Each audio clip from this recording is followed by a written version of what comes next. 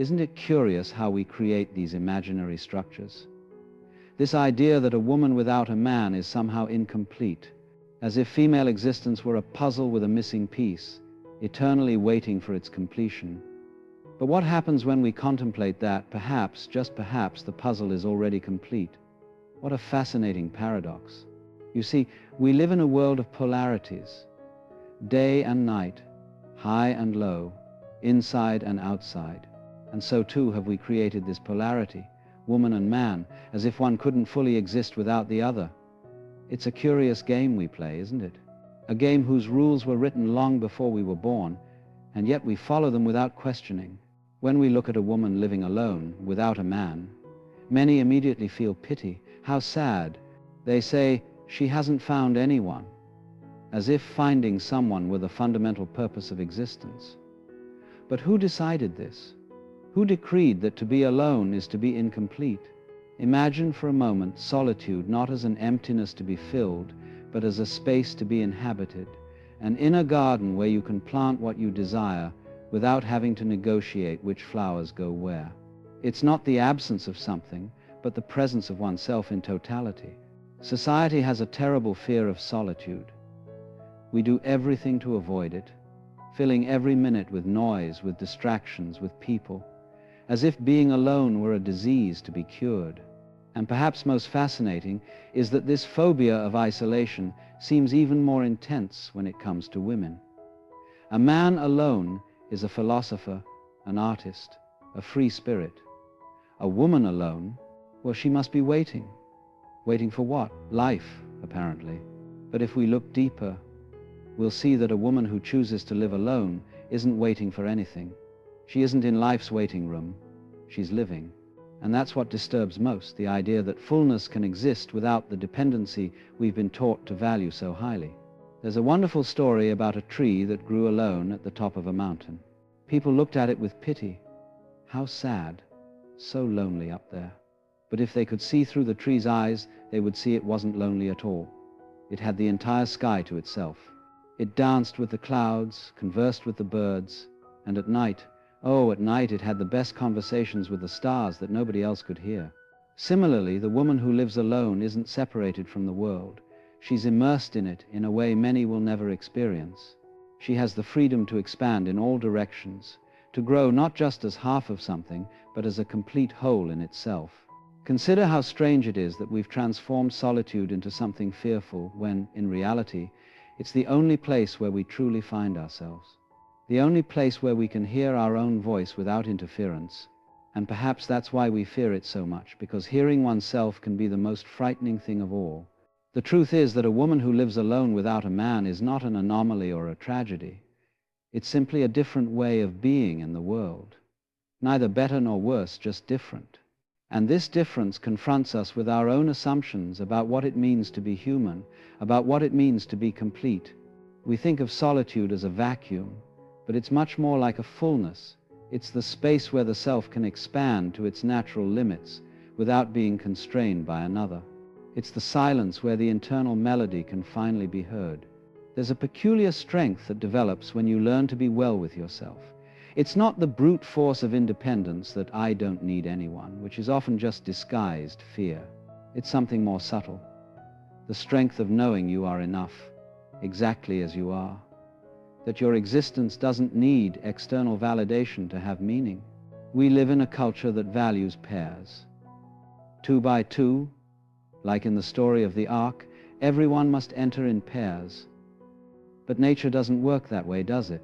Look at the stars, they don't come in pairs. Some do, certainly, but others shine alone, and they are no less splendid for it. A woman who lives alone often discovers parts of herself she would never have known otherwise, corners of her soul that would remain unexplored if she always had the constant company of another. She learns to fix things, to make decisions without consulting, to feel the weight and lightness of being the only captain of her ship. And isn't that a form of love? To love yourself enough to believe your journey is worthwhile, even if it's solitary. To love life enough to live it on your own terms, without waiting for another to complete you. Female solitude is so misunderstood in our society. It's seen as a failure when, in fact, it's often an achievement. It's the result of choices made consciously, of priorities established, of a refusal to compromise just to meet social expectations. Let's think about the difference between being alone and feeling lonely. A woman can live without a man and never feel loneliness, because she is connected with herself, with her friends, with her community, with the world. And at the same time, how many women in relationships feel deeply alone, invisible even when they are seen every day? The physical presence of another human doesn't guarantee real connection. Sometimes, paradoxically, it's in solitude that we find our deepest connections. Because when we remove the noise of others, we can finally hear the whisper of the universe. There's a rhythm to a solitary life that has its own beauty, the freedom to follow your own impulses, to change direction when you want, to experience the world without having to filter it through someone else's perceptions. It's a dance with chance, with the unexpected, with the mystery of existence. I'm not suggesting that living without a partner is superior to living with one. That would just be inverting the hierarchy without questioning it. What I am suggesting is that both are valid paths, complete, worthy of respect. And that perhaps true wisdom lies in recognizing that fullness doesn't come from outside, it's already within us, waiting to be discovered. A woman who lives alone learns to be her own companion, to appreciate her own presence, to value her own silence. She learns that she can be both the vase and the flower, both the observer and the observed. And there's a freedom in that which is hard to explain to someone who has never experienced it. Think of the ocean. Each drop of water is part of it, but the ocean isn't defined by any specific drop. It's complete in itself, vast, deep, mysterious.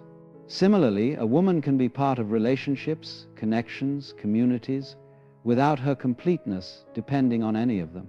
Society has told us a story about how life should be lived, especially for women. First comes education, then work, then a partner, then children, as if it were a recipe everyone should follow. But life isn't a recipe, it's an improvisation. And some of the most beautiful melodies are played by those who ignore the sheet music and follow their own internal rhythm. There's a quiet courage in choosing a less traveled path, in saying, "This is me, this is my path," even when it diverges from what's expected. The woman who lives alone by choice is exercising that courage every day, each time she faces the pitying look, the invasive question, the wrong assumption. There's nothing incomplete about a woman who lives without a man. She isn't a half waiting for her match. She's whole, complete, sufficient, exactly as she is. Her value isn't in her utility to another, but in her existence as a unique and unrepeatable being in the universe. And perhaps most revolutionary of all is realizing that true connection, the kind that transcends dependency and touches the divine, is only possible between beings who recognize themselves as complete, who don't unite to fill a void, but to celebrate an abundance. Imagine what our society would be like if we saw female solitude not as a problem to be solved, but as a valid expression of humanity. If, instead of asking, "Why are you alone?" we asked, "What have you discovered on your journey?" The truth about women who live alone without a man is that they aren't defined by that absence, just as a painting isn't defined by the space it doesn't occupy on the canvas. They're defined by their choices, their dreams, their struggles, their joys, by the totality of their experiences, not by the presence or absence of another. And there's a specific wisdom that comes from inhabiting this space, an understanding of life that can only be obtained through the direct experience of being enough, of not depending on another to validate your existence. It's a particular kind of freedom, not the freedom to do what you want, but the freedom to be who you are. Think of the trees in the forest. They stand together, but each grows at its own pace, in its own direction, seeking light in its own way. They are no less trees because they stand alone. In fact, it's precisely this individuality that allows the forest as a whole to thrive. Similarly, a healthy society isn't one where everyone follows the same path, but where each individual can flourish in their own way. And that includes recognizing that for some women, the path of greatest growth and joy may be the one they walk alone. It's not a matter of rejecting connection, but of redefining it. of understanding that we can be deeply connected with others, friends, family, community, without those connections taking the traditional form of a romantic partner, that we can give and receive love in countless ways, all equally valid, all equally transformative.